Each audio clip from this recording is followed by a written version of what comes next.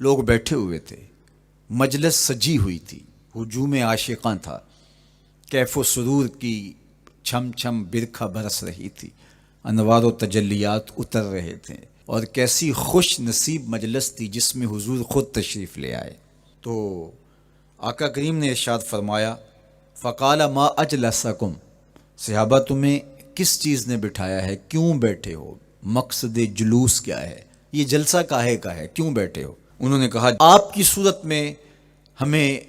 ہادی دیا، رہنما دیا، آپ کی صورت میں اپنی کرم نوازیوں کا چھم چھمی ہمارے اوپر نازل کیا، تو ہم اس پر اللہ کا شکرانہ ادا کرنے کی مجلس سجائے بیٹھے۔ یہ صدیوں قبل کی کہانی ہے،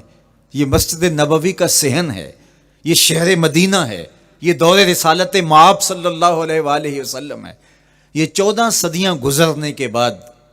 کوئی گھڑی ہوئی اور کوئی اپنی طرف سے بنائی ہوئی بات نہیں ہے،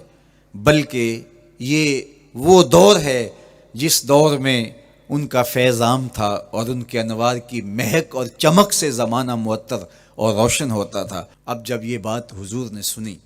تو آقا کریم نے ان سے جو سوال کیا وہ سنیے۔ قالا اللہ ما اجلسکم الا ذالک، اس پر تم اللہ کی قسم اٹھاتے ہو تم اسی لیے بیٹھے ہوئے ہو؟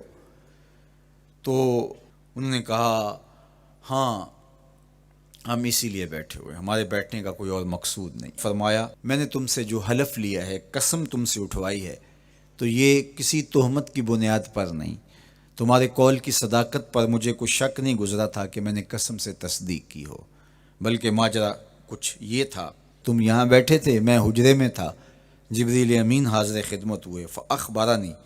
ان اللہ عز وجل یباہی بکم الملائکہ، انہوں نے مجھے کہا محبوب ذرا باہر تو نکل کے دیکھو، آپ کے غلاموں کے اس عمل پر اللہ فرشتوں میں ناز کر رہا ہے۔ وہ عمل کون سا تھا جس پہ رب رب ہو کے فرشتوں میں فخر کر رہا ہے، رب رب ہو کے فرشتوں میں ناز کر رہا ہے؟ وہ عمل یہ تھا کہ صحابہ مل بیٹھ کر کے اللہ کی حمد بول رہے تھے، اللہ سے دعائیں مانگ رہے تھے، اللہ کا شکر بجا لا رہے تھے، کس بات پر؟ کہ اس نے ہدایت اسلام عطا کی اور محمد عربی کی شکل میں ہادی و رہنما عطا کیا، اس پر وہ اللہ کا شکرانہ ادا کر رہے تھے۔ تو اس پر جبریل امین نے آ کر کے حضور علیہ السلام کو بشارت دی اور اللہ کا پیغام سنایا کہ محبوب ذرا باہر تو نکل کے دیکھو، حجرہ انور سے باہر تو قدم رکھو، آپ کے صحابہ مسجد کے صحن میں بیٹھ کر کے اللہ کی اس نعمت کا جو آپ کی شکل میں انہیں عطا کی گئی شکرانہ ادا کر رہے ہیں۔ اللہ اکبر، اللہ کی رحمتوں سے کوئی بعید نہیں کہ آج کی مجلس قبول کر لی جائے اور اللہ فرشتوں سے کہے دیکھو صدیاں بیت گئیں، یہ آج بھی بیٹھ کے اس نعمت کا شکرانہ ادا کر رہے ہیں، تم گواہ ہو جاؤ میں نے اپنے بندوں کی مغفرت فرما دی اور میرا اور آپ کا کام بن جائے، میری اور آپ کی جستجو کامیاب ہو جائے، میرا اور آپ کا بیٹھنا بامقصد ہو جائے، ہمارے آنے کا مدعا پورا ہو جائے، ہم جو چراغاں کر کے ماحول میں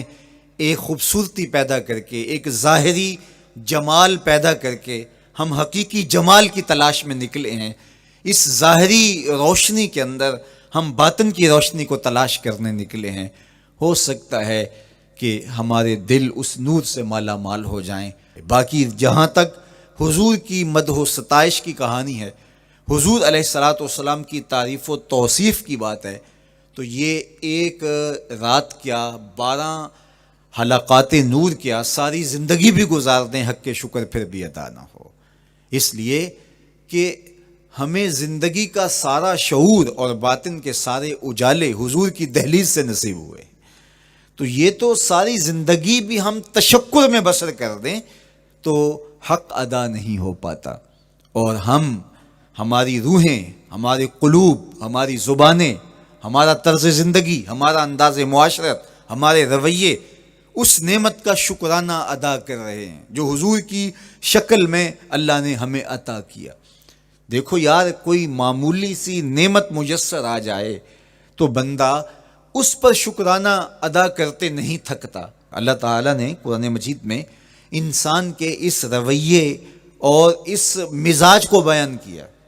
وَإِنَّا إِذَا أَذَقْنَا الْإِنسَانَ مِنَّا رَحْمَةً فَرِحَ بِهَا، یہ انسان کی ایک فطرت بیان کی گئی ہے، کہ جب ہماری جانب سے اس کو کوئی رحمت ملتی ہے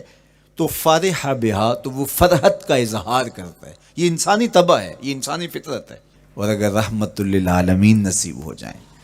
تو پھر کتنی مسرت ہوگی. تو یہ اللہ جل شانہ کی طرف سے عنایت ہے جو اہل ایمان کا مقسوم ہوتا ہے اور اللہ ان کو عطا فرماتا ہے.